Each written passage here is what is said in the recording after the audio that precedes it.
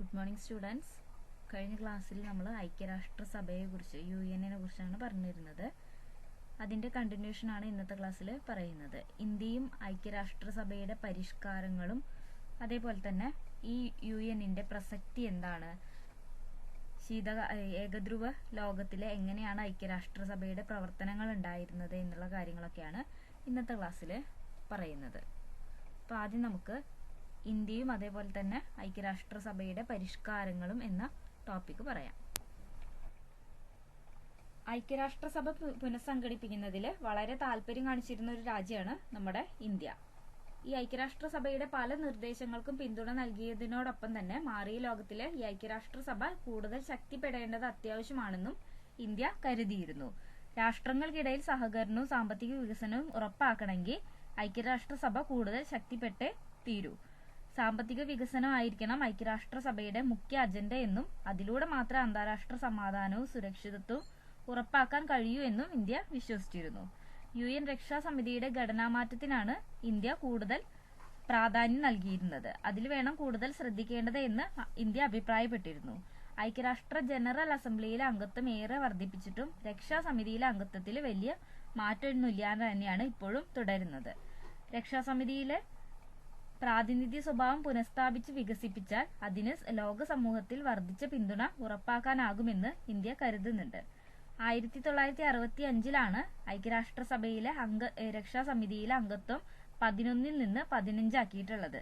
ആദ്യം 11 ആയിരുന്നു. 1965 അത് 15 ആക്കിയിട്ടുള്ളത്. ഈ 15 5 സ്ഥിരാംഗങ്ങളും 10 താൽക്കാലിക അംഗങ്ങളാണ് ഉള്ളത്. ഈ സ്ഥിരാംഗങ്ങൾ എപ്പോഴും 5 തന്നെ ഒതുങ്ങി നിൽക്കുകയാണ് ചെയ്യുന്നത്. ജനറൽ അസംബ്ലിയിലെ ഭൂരിഭാഗം അംഗങ്ങളും വികസ്വര രാജ്യങ്ങളാണ്. വേണ്ടത്ര പ്രാധാന്യം കൊടുക്കാത്തത് കൊണ്ട് തന്നെ രക്ഷാസമിതി വികസിച്ചാലാണ് അവരെ ബാധിക്കുന്നത്. ഈ വികസ്വര രാജ്യങ്ങളെ ബാധിക്കുന്ന കാര്യങ്ങളിൽ തീരുമാനമെടുക്കുന്നത് നീതിപൂർവമാകാൻ സാധിക്കുകയുള്ളൂ. അങ്ങനെ ഇന്ത്യ പറഞ്ഞിരുന്നു. രക്ഷാസമിതിയിലെ സ്ഥിര അംഗങ്ങളുടെയും താൽക്കാലിക അംഗങ്ങളുടെയും എണ്ണം കൂട്ടുന്നതിനെ ഇന്ത്യ പിന്തുണച്ചിരുന്നു. കഴിഞ്ഞ കുറച്ചു കാലമായിട്ട് രക്ഷാസമിതിയുടെ പ്രവർത്തനങ്ങൾ കൂടുതൽ വിപുലമാക്കിയിട്ടുണ്ട്. ഈ പ്രവർത്തനങ്ങളുടെ വിജയം അന്താരാഷ്ട്ര സമൂഹത്തിന്റെ രാഷ്ട്രീയ പിന്തുണ ആശ്രയിച്ചാണ് നിലകൊള്ളുന്നത്. അതുകൊണ്ട് തന്നെ രക്ഷാസമിതിയിൽ വരുത്തുന്ന മാറ്റം വിശാലമായ ഒരു അടിസ്ഥാനത്തിൽ വേണം ചെയ്യേണ്ടതായിട്ട് ഉള്ളത്.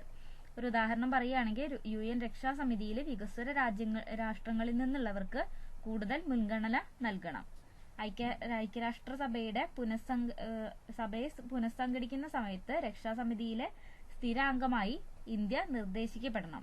കാരണം എന്താ വെച്ചാൽ ഒരു സ്ഥിരാംഗത്തിന് ആവശ്യമായിട്ടുള്ള യോഗ്യതകള് നമ്മളത് മുന്നേ പറഞ്ഞിട്ടുള്ളതാണ്. എന്തൊക്കെ യോഗ്യതകളാണ് ഉണ്ടായിരിക്കേണ്ടത്. ആ യോഗ്യതകളൊക്കെ നമ്മുടെ ഇന്ത്യക്കും ഉണ്ട്. ലോകത്തിലെ ഏറ്റവും വലിയ ജനാധിപത്യ രാജ്യം ഇന്ത്യ തന്നെയാണ്. ജനസംഖ്യയുടെ കാര്യത്തിലും ഇന്ത്യ ഒട്ടും മോശമല്ല. ഒന്നാമത് നിൽക്കുന്ന ചൈന കഴിഞ്ഞ രണ്ടാമത് നമ്മുടെ ഇന്ത്യയാണ്. ലോക ജനസംഖ്യയുടെ പട്ടികയിൽ 2ാം സ്ഥാനം ഇന്ത്യക്കാണുള്ളത്. ലോക ജനസംഖ്യയുടെ 1/5 ജനങ്ങൾ ഉൾക്കൊള്ളുന്നത് ഇന്ത്യയിൽ തന്നെയാണ്. ഐക്യരാഷ്ട്രസഭയുടെ മിക്കവാറും പ്രവർത്തനങ്ങളിൽ ഇന്ത്യ ഭാഗവാക്കാവാറുണ്ട്. ഒരു സാമ്പത്തിക ശക്തിയായി വളരുക കൂടി ചെയ്തതോടെ രക്ഷാസമിതിയിൽ സ്ഥിരാംഗത്വത്തിനുള്ള അർഹത ഇന്ത്യക്ക് നേടാൻ കഴിഞ്ഞിട്ടുണ്ട്. സംഘടനയ്ക്ക് ഗണ്യമായ സാമ്പത്തിക സഹായം ഇന്ത്യ ഇന്ന് നൽകുന്നുണ്ട്. സുരക്ഷാ സമിതിയിലെ സ്ഥിരാംഗത്വം ലഭിച്ചാൽ അതിന് പ്രതീകാത്മകമായ ഒരു പ്രാധാന്യവും ഉണ്ടായിരിക്കും. ലോകരാജ്യങ്ങളിൽ ഒരു രാജ്യത്തിന് കിട്ടുന്ന വർദ്ധിച്ചു വരുന്ന പ്രാധാന്യത്തെ അത് കാണിക്കുന്നുണ്ട്. ഈ പദവി രാജ്യത്തിന്റെ വിദേശനയ നടത്തിപ്പിന് വളരെ പ്രയോജനകരമായി മാറിയിട്ടുണ്ട്. പ്രബലരെന്ന പ്രശസ്തി ഒരു രാജ്യത്തിന് കൂടുതൽ സ്വാധീന ശക്തി ഉണ്ടാക്കുന്നതാണ്. രക്ഷാസമിതിയിലെ വീറ്റോ അധികാരമുള്ള ഒരു സ്ഥിരാംഗമാകാൻ ഇന്ത്യ ആഗ്രഹിക്കുന്നുണ്ടെങ്കിലും ചില രാജ്യങ്ങൾ അതിനെ എതിർക്കുന്നുണ്ട്. ഇന്ത്യയെ സുരക്ഷാ സമിതിയിൽ വീറ്റോ അധികാരത്തോടു കൂടി സ്ഥിരാംഗമായി കാണാൻ അയൽരാജ്യമായ പാകിസ്ഥാൻ പോലും ആഗ്രഹിക്കുന്നില്ല. അവരാണ് പാകിസ്ഥാൻകാരാണ് പ്രധാനമായിട്ടും ഇന്ത്യക്ക് എതിരായി നിൽക്കുന്നത്. ഇന്ത്യയുടെ അണ്വായുധ ശേഷിയിൽ അസ്വസ്ഥരായ മറ്റു ചില രാജ്യങ്ങളും ഈ അംഗത്വത്തെ എതിർക്കുന്നുണ്ട്. പാകിസ്ഥാനുമായുള്ള തർക്കം മൂലം രക്ഷാസമിതിയിലെ സ്ഥിരാംഗത്വം നിഷ്ഫലമാകുമെന്ന് ചിലർ വാദിക്കുന്നു. ഇന്ത്യയെ രക്ഷാസമിതിയിലെ സ്ഥിരാംഗമാക്കി കഴിഞ്ഞിട്ടുണ്ടെങ്കിൽ ബ്രസീൽ, ജർമ്മനി, ജപ്പാൻ എന്നിവയെ മാത്രമല്ല ദക്ഷിണാഫ്രിക്കയെ വരെ സ്ഥിരാംഗമാക്കി മാറ്റേണ്ടതായി ഉണ്ടാകുമെന്നും ചിലർ കരുതപ്പെടുന്നുണ്ട്. രക്ഷാസമിതിയിലെ അംഗത്വം വർദ്ധിപ്പിച്ചിട്ടുണ്ടെങ്കിൽ ആഫ്രിക്കയിൽ നിന്നും ലാറ്റിൻ അമേരിക്കയിൽ നിന്നും ഓരോ രാജ്യങ്ങൾക്കും അംഗത്വം നൽകേണ്ടതായി വരും. രക്ഷാസമിതിയിൽ ഇവരുടെ കൂടി പ്രതിനിധികളെ ഉൾക്കൊള്ളിക്കേണ്ടതായി വരും. ഈ കാര്യങ്ങളെല്ലാം പരിഗണിക്കുമ്പോൾ ഇന്ത്യക്കോ മറ്റേതെങ്കിലും രാജ്യത്തിനോ സമീപ ഭാവിയിൽ ഒന്നും രക്ഷാസമിതിയിൽ സ്ഥിരാംഗത്വം ലഭിക്കാനിടയില്ല. ഇതാണ് ഇന്ത്യയും ഈ ഐക്യരാഷ്ട്രസഭയുടെ പരിഷ്കാരങ്ങളും എന്ന ടോപ്പിക്കിൽ നമുക്ക് പറയാനുള്ളത്. ഇനി നമ്മൾ പറയുന്നത് ഐക്യരാഷ്ട്രസഭ എങ്ങനെയായിരുന്നു ഏകധ്രുവ ലോകത്തിൽ ഉണ്ടായിരുന്നത്. ഏകധ്രുവ ലോകം എന്ന് പറഞ്ഞാൽ സോവിയറ്റ് യൂണിയൻ തകർന്നതിന് ശേഷം അമേരിക്ക വൻ ശക്തിയായി മാറി. അങ്ങനെ ഏകധ്രുവ ലോകം രൂപം കൊള്ളുകയാണ് ഉണ്ടായത്. എല്ലാം അമേരിക്കയുടെ കീഴിലാകുന്നതായാണ് പിന്നെ ലോകം കണ്ടിട്ടുണ്ടായിരുന്നത്. അമേരിക്കയുടെ മേധാവിത്വമുള്ള ഏകധ്രുവ ലോകത്തെ വേണ്ട വിധം കൈകാര്യം ചെയ്യാൻ ഐക്യരാഷ്ട്രസഭയ്ക്ക് സാധിക്കുമെന്നാണ് പല രാജ്യങ്ങളും അന്ന് പ്രത്യാശിച്ചിട്ടുണ്ടായിരുന്നത്. ഐക്യരാഷ്ട്രസഭയെ പരിഷ്കരിച്ച ആ ഏകധ്രുവ ലോകത്തിൽ കൂടുതൽ നന്നായി പ്രവർത്തിക്കാൻ അതിനെ പ്രാപ്തമാക്കാമെന്നും പലരും കരുതിയിരുന്നു.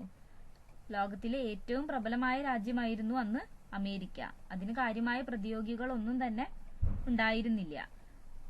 സൈനിക കരുത്തുകൊണ്ടും സാമ്പത്തിക ശേഷി കൊണ്ടും എല്ലാം തന്നെ സഭയെ എന്നല്ല ആരെയും വകവെക്കേണ്ടതായി ഇല്ല എന്നുള്ള ഒരു മനോഭാവത്തിലായിരുന്നു അന്ന് അമേരിക്ക ഉണ്ടായിരുന്നത്. ഐക്യരാഷ്ട്രസഭയിൽ തന്നെ അമേരിക്കയ്ക്ക് ഗണ്യമായ സ്വാധീനവും മേൽക്കോയ്മയും ഉണ്ടായിരുന്നു. ഐക്യരാഷ്ട്രസഭയുടെ പ്രവർത്തന ചെലവിന് ഏറ്റവും കൂടുതൽ സംഭാവന നൽകിയിരുന്നത് അന്ന് അമേരിക്കയായിരുന്നു.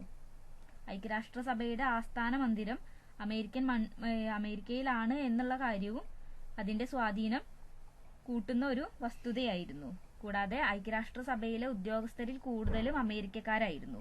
അതിനു പുറമെ വീറ്റോ അധികാരമുള്ള രാജ്യമെന്ന പദവി ഉപയോഗിച്ച് അമേരിക്കയ്ക്ക് വേണ്ടപ്പെട്ടവരുടെയോ താൽപര്യങ്ങൾക്ക് എതിരായ ഏത് നീക്കവും തടയാൻ അമേരിക്കയ്ക്ക് അന്ന് സാധിച്ചിരുന്നു.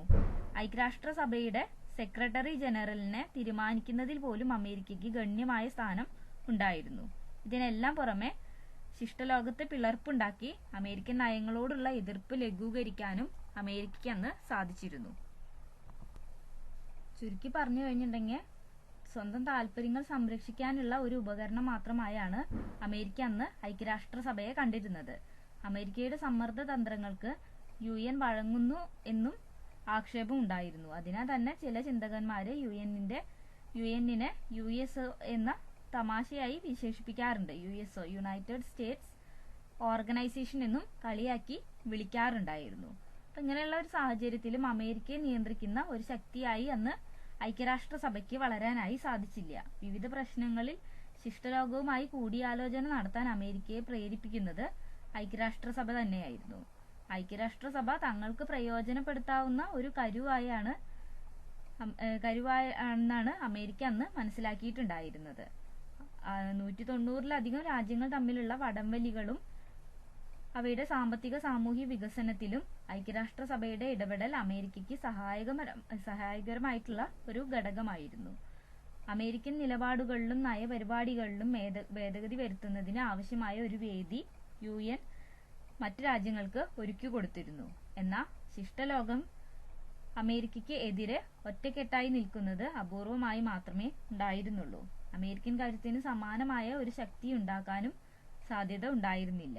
ഇങ്ങനെയെല്ലാം ആണെങ്കിലും അമേരിക്കൻ നയപരിപാടികൾക്കെതിരെ വാദപ്രതിവാദങ്ങൾ നടത്തുന്നതിനും അവയിൽ ഭേദഗതികളും ഒത്തുതീർപ്പുകളും ഉണ്ടാക്കുന്നതിനും ഐക്യരാഷ്ട്രസഭ മറ്റു രാജ്യങ്ങളെ സഹായിച്ചിരുന്നു. ഇനി നമ്മൾ പറയുന്നത് ഐക്യരാഷ്ട്രസഭയുടെ പ്രസക്തിയെ കുറിച്ചാണ്.